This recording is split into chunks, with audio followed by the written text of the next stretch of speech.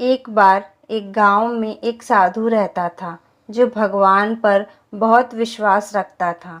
एक बार वह साधु पेड़ के नीचे बैठा था और भगवान को याद कर रहा था, तो अचानक वहां बाढ़ आ गई। चारों तरफ पानी ही पानी। सब लोग अपने आप को बचाने के लिए ऊपर पहाड़ की तरफ भागने लगे। उनमें से एक आदमी ने देखा कि इस हालत में भी साधु जी भगवान की तपस्या कर रहे हैं।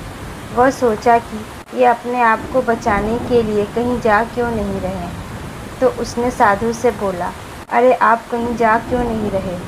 आप भी मेरे साथ ऊपर पहाड़ की तरफ चलो, नहीं तो डूब जाओगे। साधु बोले, अरे हमें क्या होगा, मैं भगवान की इतनी तपस्या करता हूँ, मुझे कुछ नहीं हो सकता, मुझे भगवान अपने आप बचाएगा। धीरे धीरे पानी साधु के कमर तक आ गया।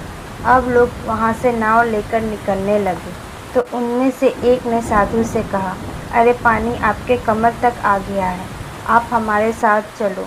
तो साधु ने कहा कि नहीं नहीं, भगवान मुझे अपने आप बचाएगा, और वह नाव वाला भी वहाँ से निकल गया। कुछ देर बाद पानी इतना बढ़ गया कि साधु के सर तक पहुँच गया, और अब लोगों को बचाने के लिए हेलीकॉप्टर निकलने लगे। एक हेलीकॉप्टर साधु के पास आया, जो कि आखिरी हेलीकॉप्टर था।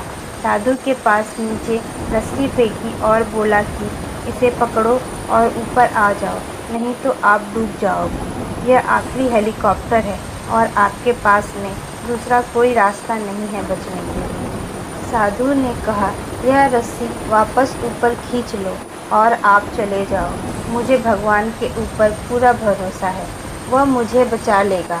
पानी काफ़ी ऊपर आ गया, पेड़ डूब गया और साधु की भी डूबने से मौत हो गई। मरने के बाद साधु भगवान के पास गया और बोला, हे भगवान, मैंने पूरी ज़िंदगी आपकी तपस्या की, मेरा सारा जीवन आपकी आराधना करने में लगा दिया, फिर भी इतने भरोसे के साथ इंतज़ार किया कि तुम मुझे बचाने आओगे, लेकिन वहाँ मेरी डूबकर मौत हो गई और तुम नहीं आए, ऐसा क्यों?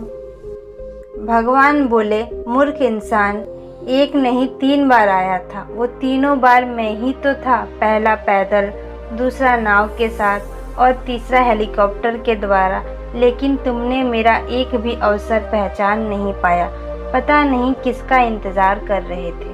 तो दोस्तों, इस कहानी से हमें यह सीख मिलती है कि ज़िंदगी में हमें ऊपर वाला बहुत से मौके देता रहता है, लेकिन हम सब उस मौके को ठुकराकर पता नहीं किस चीज़ का इंतज़ार कर रहे होते हैं कि वो होगा तभी मैं करूँगा, और इस बात पर अड़े रहने से एक वक्त के बाद वो मौका भी हाथ से निकल जाता है और हम कुछ नहीं कर पाते हैं। तो किसी भी अच्छे समय का इंतज़ार मत करो, जो भी करना है आज और अभी से शुरू कर दो।